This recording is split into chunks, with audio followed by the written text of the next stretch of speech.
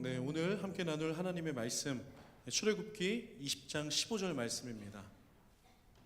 오늘 함께 나눌 말씀 출애굽기 20장 15절 말씀입니다. 자, 우리 한 목소리로 읽겠습니다. 시작. 도둑질 하지 말라. 한 번 더 읽어볼까요? 우리 가슴에 새기면서 시작. 도둑질 하지 말라. 네, 사랑하는 청년 여러분, 한 주 잘 보내셨나요? 네, 한 주도 너무 애썼고 수고 많았습니다. 네, 오늘 우리가 함께 나눌 말씀은 제 8계명 도둑질하지 말라예요. 굉장히 짧고 굵고 명확합니다. 어쩌면 너무 뻔해서 그냥 지나치기 쉬운 말씀으로 여길 수도 있을 것 같아요. 왜? 나는 도둑질은 안 하니까. 적어도 나는 누군가의 돈이나 물건에 손을 대지는 않으니까. 이렇게 가볍게 단순하게 상식적으로 생각할 수도 있을 것 같아요. 그러나 하나님께서 우리에게 도둑질하라고 말씀하신 이 말씀은 단순히 남의 물건을 손대지 말라는 차원에서 머무르지 않습니다.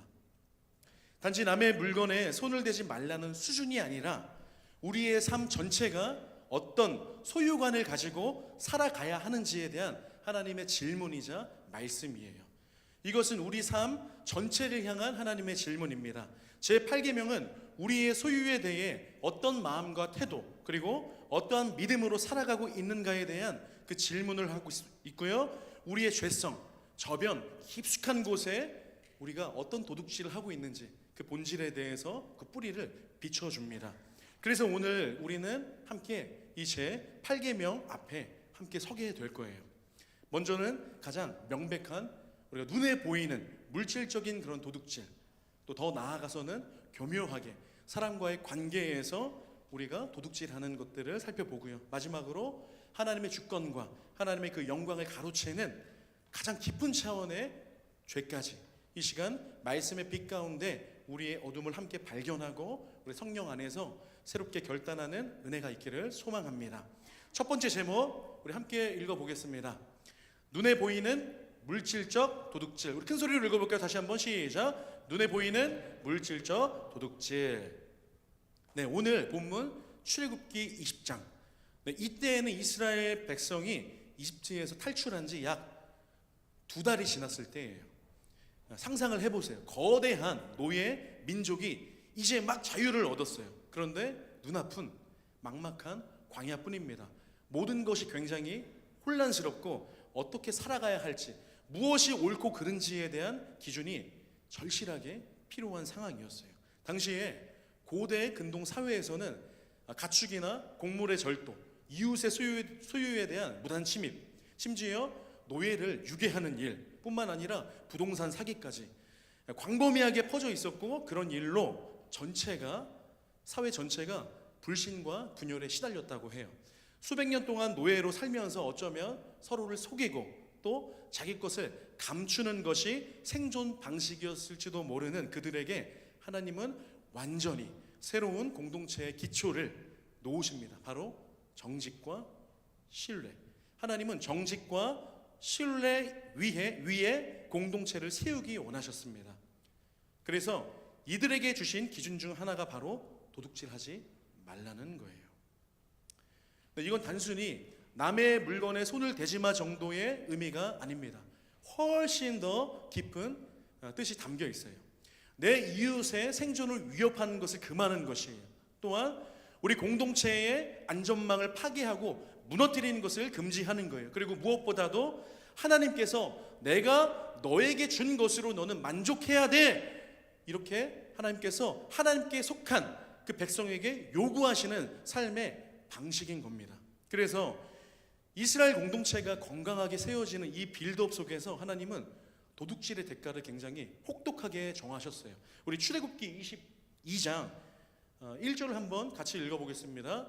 자, 시작. 사람이 소나 양을 도둑질하여 잡거나 팔면 그는 소 한 마리에 소 5마리로 갚고 양 한 마리에 양 4마리로 갚을지니라. 네, 소 한 마리를 훔치면 얼마나 배상을 해야 돼요? 5마리로. 양 한 마리를 훔치면 양 4마리로 배상을 해야 되는 거예요. 물론 양이나 소나 짐승을 잡아서 내가 잡아먹거나 팔지 않고 그대로 가지고 있으면 갑절로 배상을 하는 거예요. 2배로 배상을 하는 거죠. 자, 그러면 왜 이렇게까지 하셨을까요? 이건 그냥 훔친 만큼의 갚는 수준이 아니라 이것을 배상함으로써 깨어진 신뢰와 관계를 회복하는 값이었고 정의를 바로 세우는 하나님의 방식이었다는 거예요. 이렇듯 하나님은 우리의 관계가 정직과 신뢰 위에 바르게 세워지길 원하셨어요. 그런데 안타깝게도 이 여호수아 7장에 굉장히 하나님의 이 명령을 어긴 뼈아픈 사건이 등장을 합니다. 바로 우리가 잘 알고 있는 아간의 이야기예요. 이스라엘은 여리고성을 하나님의 방식대로 무너뜨렸어요. 오직 하나님의 말씀에 순종하여서 하나님께서 이루신 온전히 모든 공로가 하나님께 있는 승리입니다. 그리고 하나님께서는 그들에게 이렇게 말씀하셨습니다. 우리 여호수아 6장 한번 읽어볼까요? 자, 시작. 너희는 그 바친 물건에 손대지 마라. 그것들은 다 여호와께 바친 것이니 손을 대면 이스라엘이 진멸을 당할 것이다. 전리품을 말하는 거예요. 이건 단순히 군수품 관리 명령이 아니에요. 전리품 전체를 하나님께 첫 열매로 드리는 하나님의 주권에 대한, 하나님 전적인 은혜에 대한, 하나님의 승리에 대한 그 모든 하나님의 은혜를 인정하고 고백하는 예배의 행위였어요. 그런데 그 순간 아간이라는 인물의 마음에 이런 욕심이 스물스물 피어오릅니다. 전리품을 하나님 앞에 온전히 바쳐야 하는데 그 일부를 숨기는 일이 일어났는데요. 아마 이렇게 독백을 했을 거예요. 와, 바벨로니아 외투가 이렇게 고급진 천이었다고? 만지작 은이 이렇게 반짝이는 줄 몰랐네. 야, 금덩이 하나쯤은 내가 감춰도 아무도 모르겠지. 자, 아간은 바친 물건 중 일부를 몰래 훔쳐서 자기 장막 아래에 구덩이를 파고 숨겼어요. 이건 그냥 절도가 아니죠. 이건 하나님보다 자신의 판단을 더 신뢰하는 신앙적인 반역인 것입니다. 자, 아간 한 사람이 죄였는데 다음 전쟁에서 이스라엘 전체가 아이송에게 패배를 해요. 많은 사람들이 죽게 되고 여호수아는 절망에 빠졌어요. 그리고 하나님은 분노하셨습니다. 그리고 이렇게 말씀하십니다. 여호수아 7장 11절, 이스라엘 전체가 범죄했다고 하나님께서 말씀하고 계세요. 아간 한 사람의 그 죄가 이스라엘 전체의 그 죄로 간주하신 거예요.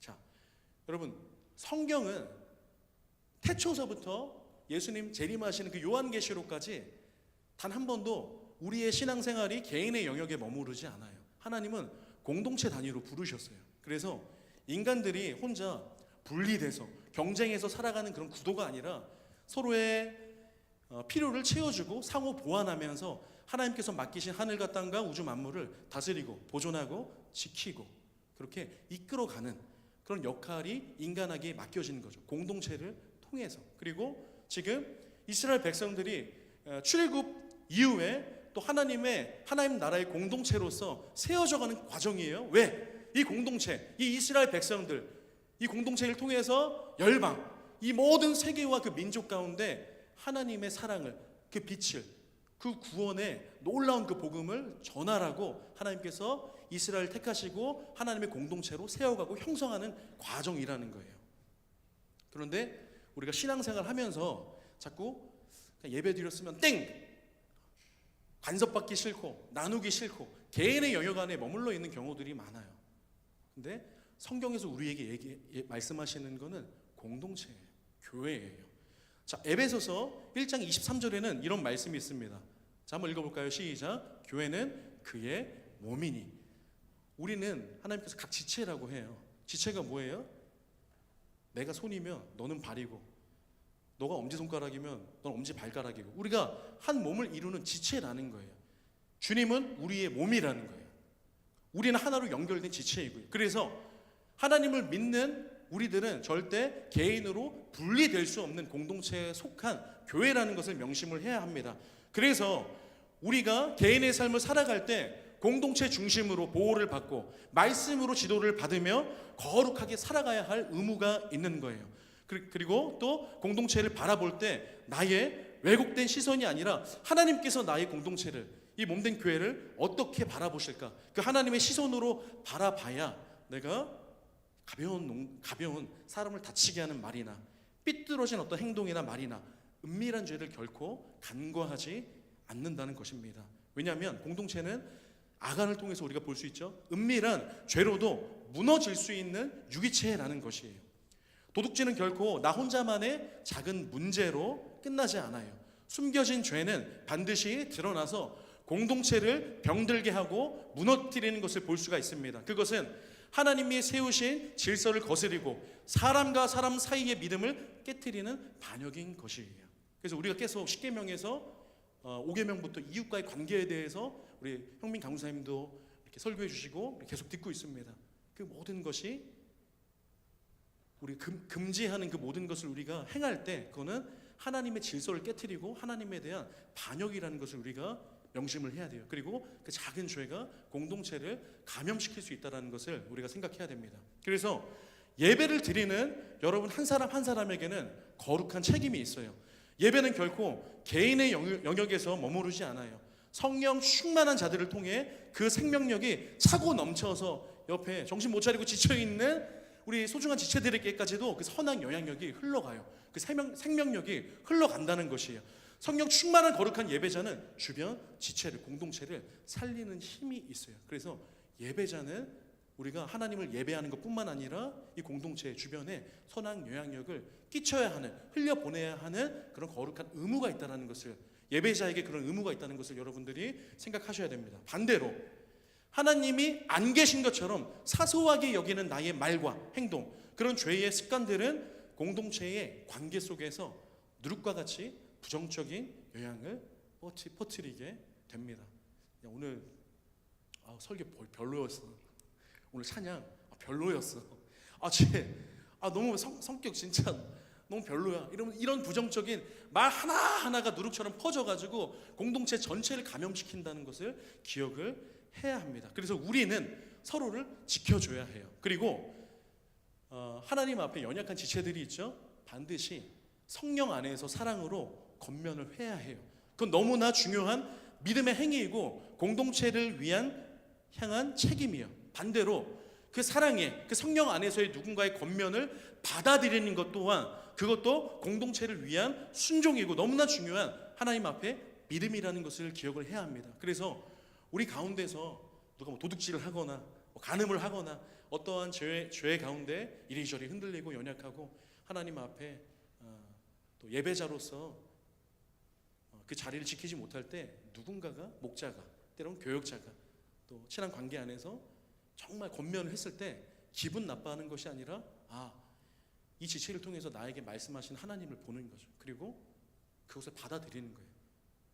그것이 공동체를 위한 순종이라는 것을 기억을 해야 합니다.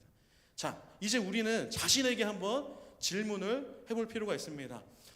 전도사님, 저는 남의 물건이나 옷이나 어떠한 돈이나 훔친 적이 없는데 저하고 이거는 그렇게 상관이 없는 것 같아요.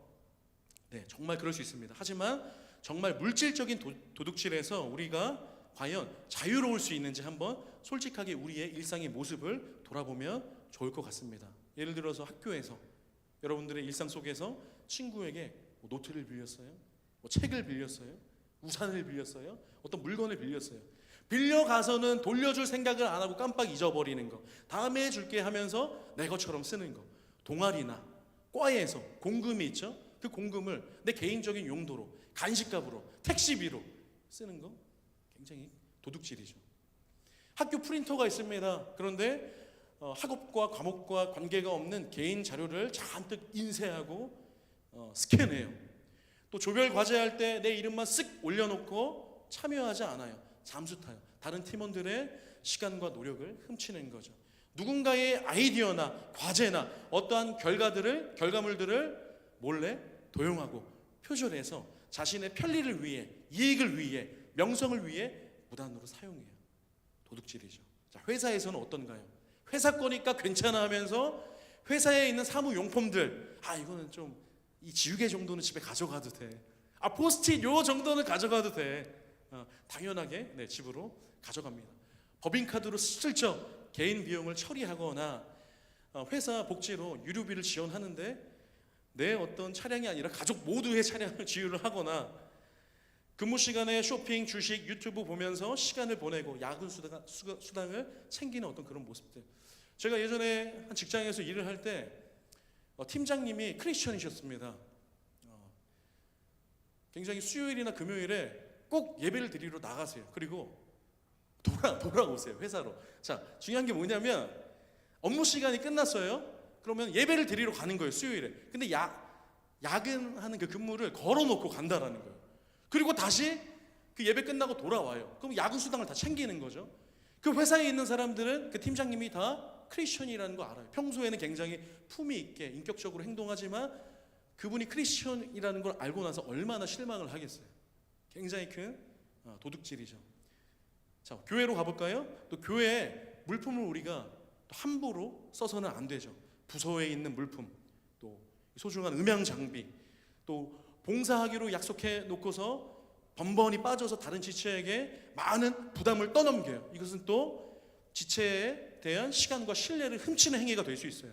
섬기는 부서, 간식이나 물품 예산을 개인적으로 사용하거나 교회 재정을 다루면서 투명하지 못한 모습을 보일 수도 있어요. 다 도둑질입니다. 제가 정말 이 제 8계명은 내가 설교를 안 했으면 좋겠다라는 그 생각을 한 게 뭐냐면, 저도 사건이 하나가 있었습니다. 굉장히 기쁨이 많은 자매가 있는데요. 이름은 말할 수가 없고, 어느 날 찬양팀에서 수련회 준비를 하느라고 이제 준비를 위해서 도시락을 시켰던 것 같습니다. 저는 너무 크게 웃지 마세요. 그래서 저는 이렇게 지나가다가 저는 그냥 모든 것을 통용하는 어떤 그런 주의예요. 그래서 근데 지나가다 보니까 찬양팀이 식사하고 이제 다 올라갔어요. 연습하러 본당으로 올라갔어요. 근데 로비에 도시락 2개가 있는 거예요. 로비에. 그래서 유심히 보니까 하나는 좀 가득 채워져 있고 새 거예요. 하나는 좀 먹다 남은 약간 반찬 같은 거예요. 그래서 먹다 남은 반찬 같은 건 치워두고 요거 남았나 보다 해서 그 도시락을 제가 가져갔어요. 집에서 맛있게 먹고 있는데 기쁨이 많은 자매에게 전화가 와요. 전도사님, 혹시 전도사님 이거 가져가셨어요? 너무 민망했어요. 그래서 지금 공개적으로 회개를 하고 사과를 하고 싶습니다.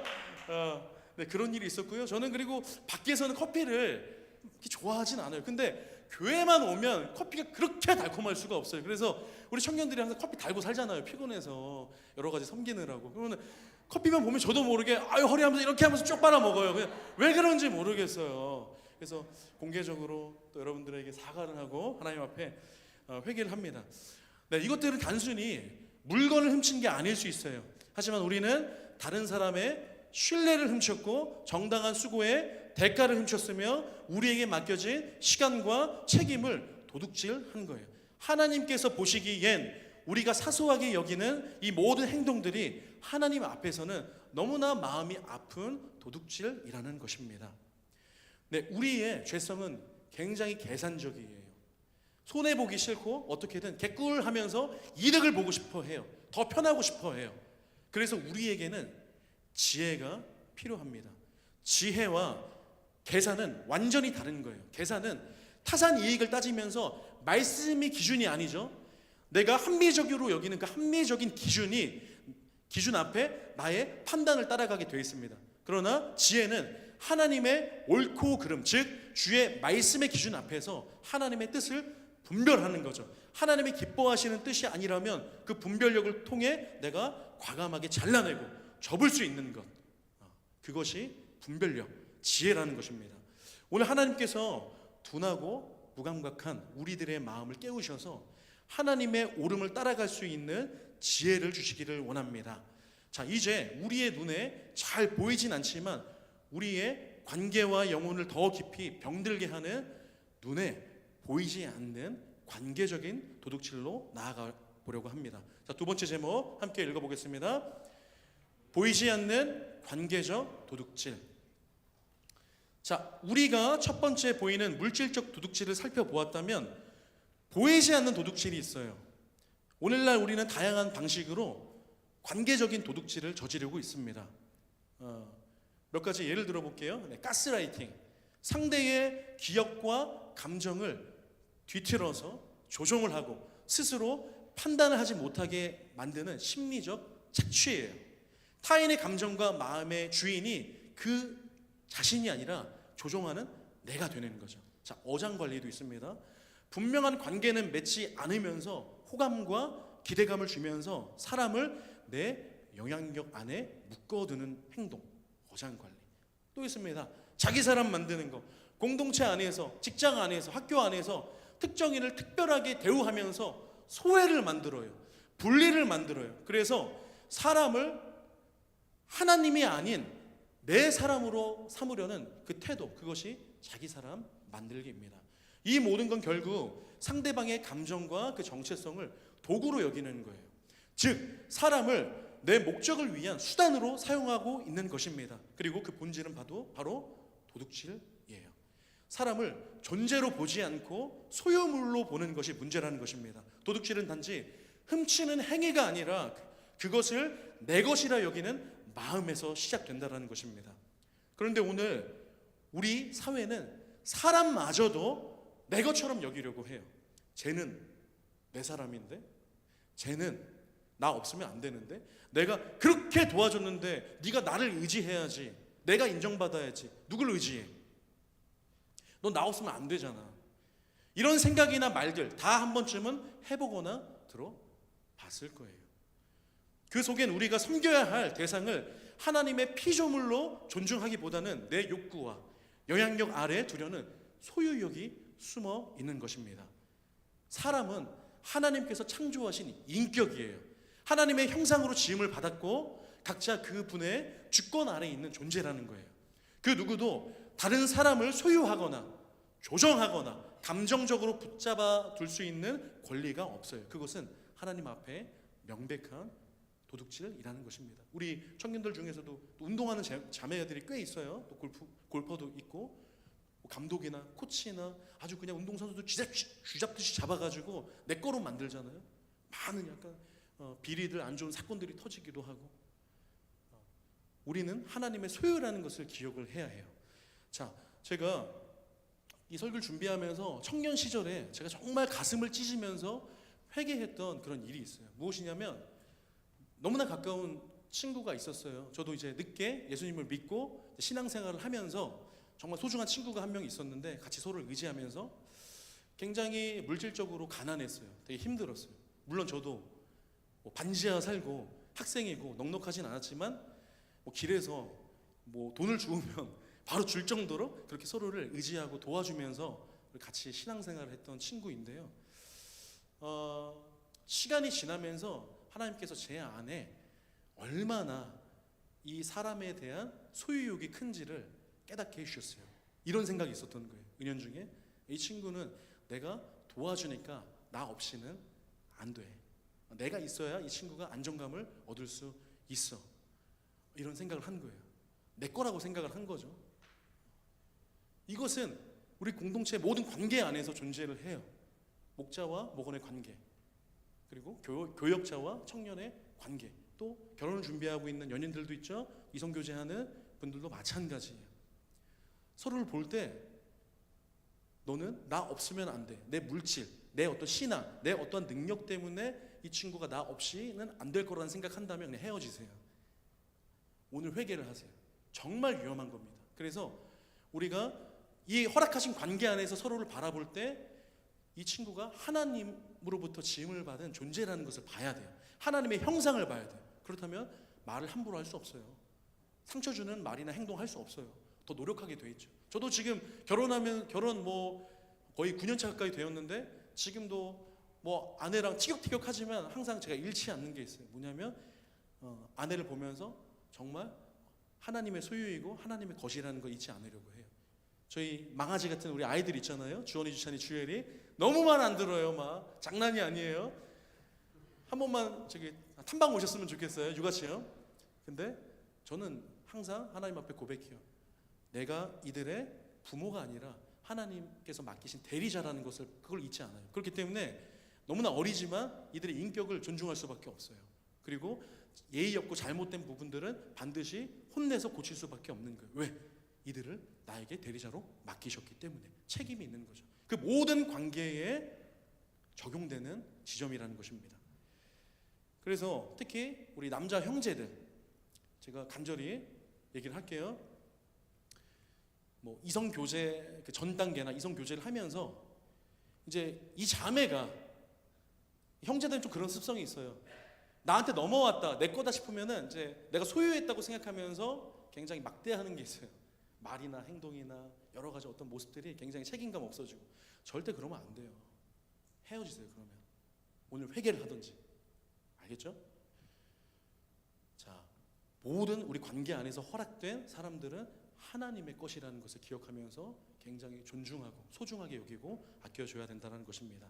예수님은 사람의 감정을 조종하거나 자신의 필요를 채우기 위해서 사람을 이용하지 않았어요. 오히려 자신의 몸을 내어주셨고, 진정한 섬김과 사랑은 우리에게 주신 것을 움켜쥐는 것이 아니라 흘려보내는 것임을, 섬겨야 할 대상을 내 것이라 붙잡지 않고 하나님을 붙들도록 세워주는 것임을 예수님께서는 우리에게 교훈하고 계십니다.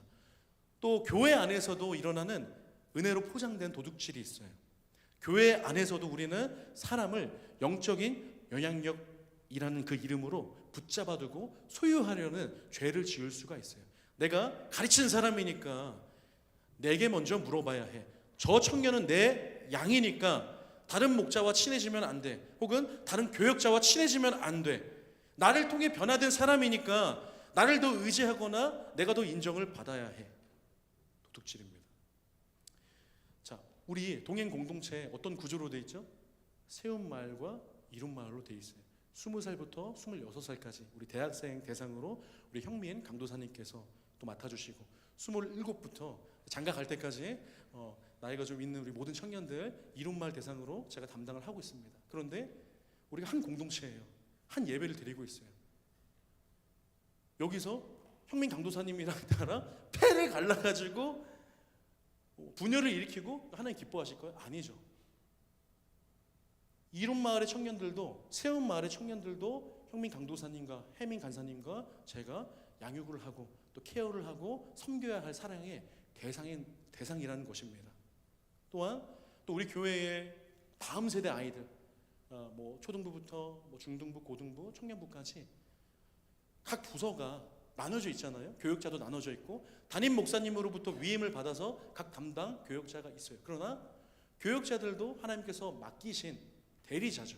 그리고 각 부서가 나눠져 있지만 하나의 사역이에요. 그렇기 때문에 우리는 같이 연계해서 협력해서 연합해서 그 다음 세대를 우리가 일으키고 훈련시키고 양육하고 세상이 감당치 못할 예배자로 이끌어 가야 하는 책임이 있다는 것입니다. 사람은 하나님의 것이지 나의 열매가 아닙니다. 세 번째, 하나님의 주권과 영광을 가로채는 도둑질. 다시 한번 큰 소리로 한번 읽어볼까요? 시작. 하나님의 주권과 영광을 가로채는 도둑질.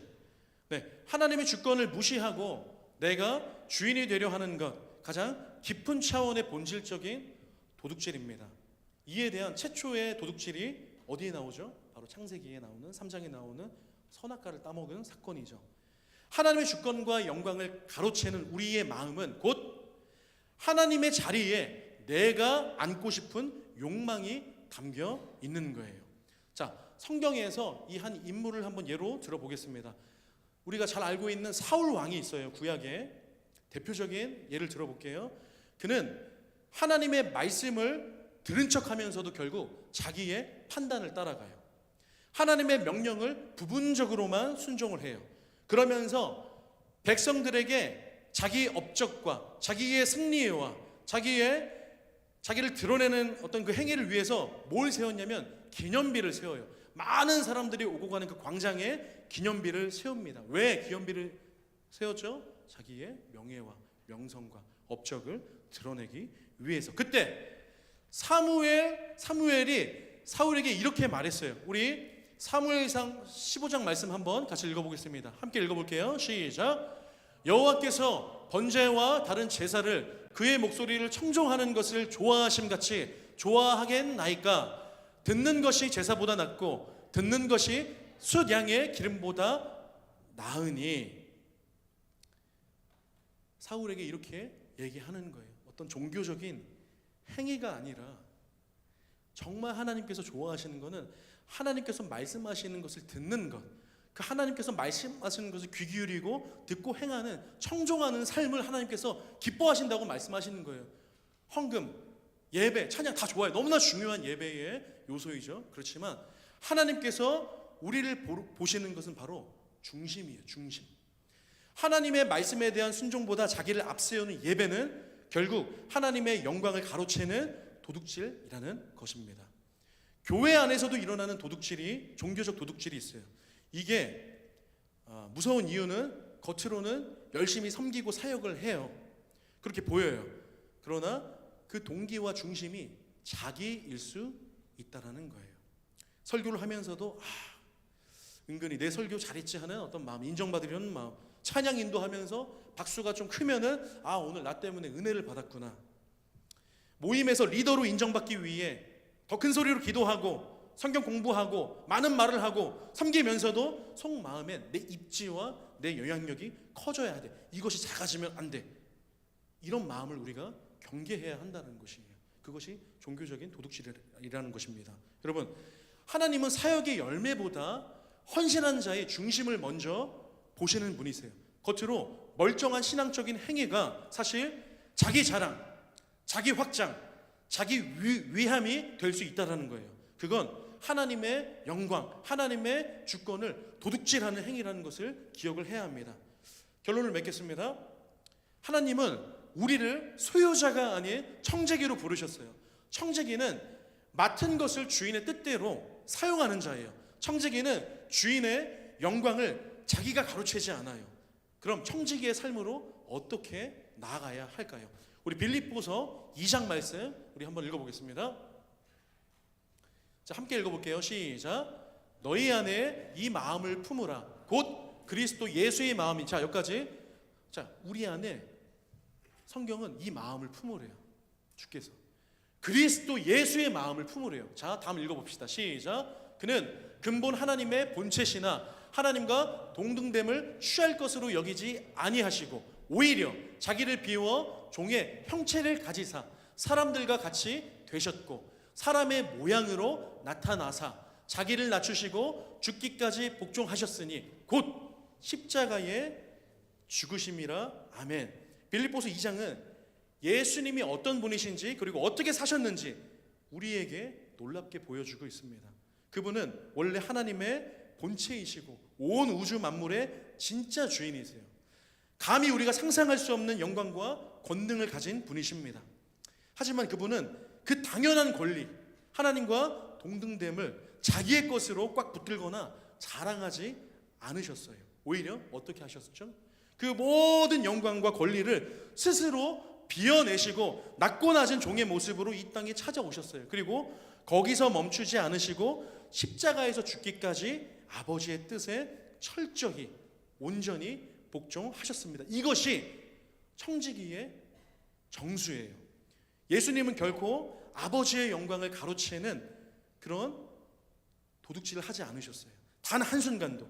오히려 우리를 살리시기 위해서 자신의 모든 영광과 권리를 기꺼이 포기하고 가장 낮은 자리, 가장 고통스러운 십자가의 자리까지 스스로 내려가셨다는 것입니다. 왜 그렇게 하셨을까요? 바로 하나님의 영광을 밥 먹듯이 도둑질하는 그렇게 살아온 우리의 죄 때문에, 하나님처럼 높아지려고 했던 우리의 교만함과 탐욕 때문에, 그분은 우리의 모든 영적 도둑질과 끔찍한 죄값을 치르기 위해 스스로 십자가 위에서 강도들처럼 가장 비참한 도둑으로 취급을 받으면서 십자가에서 죽으시는 거예요.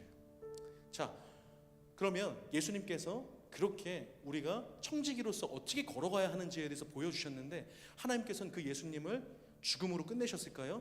우리 빌립보서 다음 구절 읽겠습니다. 자, 읽어볼게요. 시작. 이러므로 하나님이 그를 지극히 높여 모든 이름 위에 뛰어난 이름을 주사 하늘에 있는 자들과 땅에 있는 자들과 땅 아래에 있는 자들로 모든 무릎을 예수의 이름에 꿇게 하시고 모든 입으로 예수 그리스도를 주라 시인하여 하나님 아버지께 영광을 돌리게 하셨느니라. 여러분, 우리가 청지기로 살아가는, 자기를 부인하면서 도둑질하지 않고 정말 하나님께서 우리가 허락하신 모든 것들을 흘려보내고 세워가고 때론 손해보고 때론 조롱받고 때론 고난을 받고 하는 우리 청지기의 삶, 그것은 내리막길이 아닙니다. 하나님께서 높여주시고 하나님께서 영광을 받으시는 길이라는 거예요. 그리고 우리가 장차 하나님 나라가 완성되는 영광 중에 예수님께서 재림하셨을 때 우리에게 이렇게 말씀하실 거예요. 마태복음 25장 23절 말씀으로 마무리하겠습니다. 같이 읽겠습니다. 시작. 그 주인이 이르되 잘하였도다 착하고 충성된 종아, 내가 적은 일에 충성하였음에 내가 많은 것을 내게 맡기리니 내 주인의 즐거움에 참여할지어다. 아멘. 여러분들 오늘 말씀을 통하여서 그렇게 우리의 모든 것을 하나님께 내어드리고 우리의 참 주인이신 참 부모이신 그 하나님을 섬기고 그렇게 이 땅에서 생명의 통로로 살아가는 청지기가 되기를 소망합니다. 우리 온 땅의 주인 주님 앞에 찬양 드리겠습니다. 온 땅에 주인 되신 주님이 내 이름 아시고 상한 맘 돌보네. 우리 어둠을 밝히시는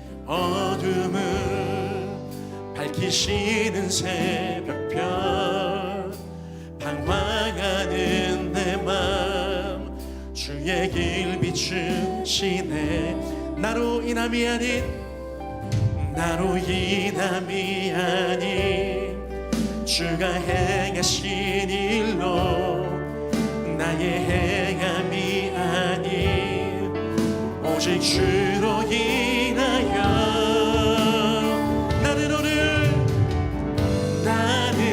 오늘 피었다 시는 이름 없는 꽃과 같네. 바다에 기는 파도 안개와 같지만 주는 나를 붙드시고 부르짖음 들으시며 날 귀하다 하시네. 주님은 나의 죄를 보시고 나의 죄를 보시고 사랑의 눈으로 날 일으키시네. 바다를 잠잠하게 하시듯 내 영혼의 폭풍 고요케 하시네. 나로 인함이 아닌 주가 행하신 일로 나의 행함이 아닌. 우리 일어나서 고백합니다. 나는 오늘 피었다 하시네. 나는 오늘 피었다 하신 이름 없는 꽃과 같습니다. 그러나 안개와 같지만 주는 나를 붙드시고 부르짖음 들으시며 날 귀하다 하신 나로 인함이 아닌 주가 행하신 일로 나의 행함이 아닌 오직 주로 인하여 나로 인함이 아닌 주가 행하신 아멘 나의 행함이 아닙니다. 오직 주의 공로 오직 주의 은혜 때문임을 고백합니다. 할렐루야. 나는 오늘 피었다 치는 이름 없는 꽃과 같네.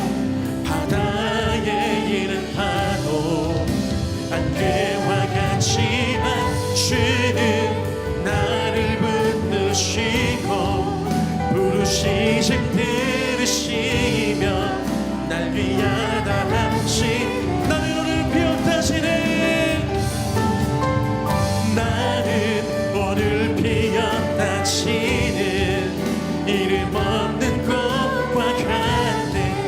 바다에 이른 사라질 파도와 같지만 그러나 주님은 부르시고 부르시심 들으시며 날 위해 우리 감사함으로 고백합시다. 나 오직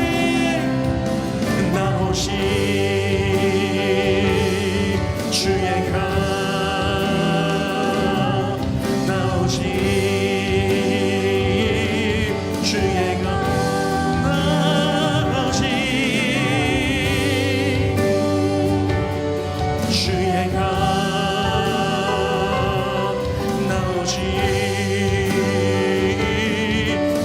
나 오직 주의 것 나 오직 나의 모든 것이 주님의 것입니다. 나의 감정도 나의 마음도 나의 생각도 나의 은사도 나의 시간도 나의 물질도 나의 모든 인생이 하나님의 것입니다. 주의 것 나 오직 주의 것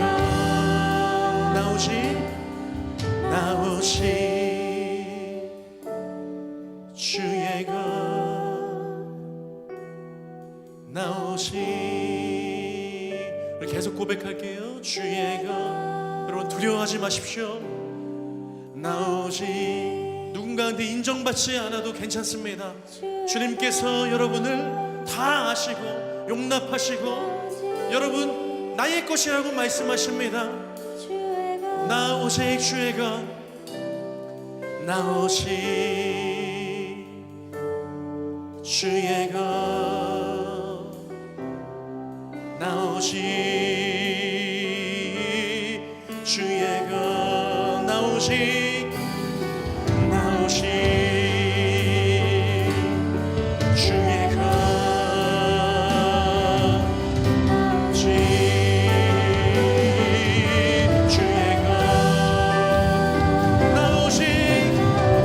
주님 안에 나의 모든 안정감이 있습니다. 주님 안에 나의 모든 평안이 있습니다. 주님 안에 나의 존재의 이유가 있습니다. 우리 이 시간 함께 기도할 때 하나님 앞에서 정직한 삶, 하나님 앞에서 주님을 신뢰하는 삶을 살게 하여 주시옵소서. 작은 타협과 은밀한 죄까지도 철저하게 회개하게 하여 주시옵소서. 사람을 내 소유로 삼지 않고 하나님의 시선으로 바라보게 하소서. 관계 안에서 조종하려는 마음, 내 말과 행동, 비교하거나 판단하는 죄를 버리게 하여 주시옵소서. 우리 회개하며 기도합니다. 주여 하나님 아버지, 주님 앞에서 우리가 너무나 많이 도둑질하며 살아왔음을 고백합니다. 주님 이제는 하나님 앞에서 정직한 삶을 살기를 원합니다. 신뢰를 세우는 삶을 살기를 원합니다. 작은 타협을 용납하지 않고 은밀한 죄까지도 철저하게 회개하며 사람을 내 소유로 삼지 않고 하나님보다 다른 사람을 의지하지 않고 오직 하나님의 마음과 오직 하나님의 시선과 오직 하나님의 말씀으로 인내하고 믿음으로 한 걸음 한 걸음 나아갈 수 있도록 역사하여 주시옵소서. 나의 시간적인 능력으로, 나의 물질적인 능력으로, 나의 어떠함으로 관계 안에서 가르치려고 했던 마음들, 조종하려고 했던 마음들, 비교하고 판단하는 나의 모든 죄를 주님 제하여 주시옵소서. 판단하고 비교하고 조종하는 교만한 나의 입술을 하나님 버리게 하여 주시옵소서. 오 주님, 나의 입술과 나의 모든 행위, 오직 나의 모든 생각과 나의 판단이 하나님의 뜻에 합당하게 하여 주시옵소서. 오 주님, 우리 한 번 더 기도할 때 하나님 모든 순간 속에서 주님의 주권과 주님의 영광을 인정하고 절대로 주님의 영광을 가로채는 내가 되지 않게 하여 주시옵소서. 예수님처럼 자기를 비우고 섬기는 정직의 삶을 살아가게 하여 주시옵소서. 우리 공동체가 정직과 신뢰, 사랑으로 건강하게 세워지게 하여 주시옵소서. 우리 주의 이름을 외치며 간절히 기도합니다. 주여 하나님 아버지, 주님의 주권을 인정합니다. 주님의 영광을 인정합니다. 주님의 주권과 영광을 가로채는 그러한 도둑질을 하지 않도록 우리를 지켜주시옵소서. 오직 하나님만을 드러내는, 오직 주의 영광만을 드러내는 우리가 되게 하여 주시옵소서. 예수님처럼 자기를 비우고 섬기고 흘려보내는 정직의 삶을 살아갈 수 있도록 믿음을 더하여 주시옵소서. 우리 공동체 한 사람 한 사람이 정직하게 하시고 서로를 신뢰하게 하시고 주의 말씀 안에서 서로를 사랑하며 그 말씀 안에서 건강하게 하나님이 기뻐하실 뜻 가운데 세워질 수 있도록 역사하여 주시옵소서. 주님 오직 말씀으로 우리 한 사람 한 사람을 통치하시고 온 땅의 주인 되신 주님의 백성으로 거룩하게 살아가게 하여 주시옵소서. 하나님, 또 부족하고 연약한 우리를 말씀으로 깨우시고 우리 안에 은밀하게 숨겨져 있는 그 은밀한 죄들을 드러내시고 회개하게 하시니 감사드립니다. 우리가 주님 앞에 돌이키고 기도하고 간구한 이 모든 기도가 하나님의 뜻 가운데 이루어질 것을 믿습니다. 너무나 귀한 우리 청년 한 사람 한 사람 그렇게 하나님의 소유된 백성으로 하나님 한 걸음 한 걸음 하나님께서 맡기신 것을 정직하게 마음껏 흘려보내며 살아가는 충성된 청지기들 다 될 수 있도록 인도하여 주시옵소서. 감사드리며 우리의 구원자가 되신 예수 그리스도의 이름으로 기도합니다.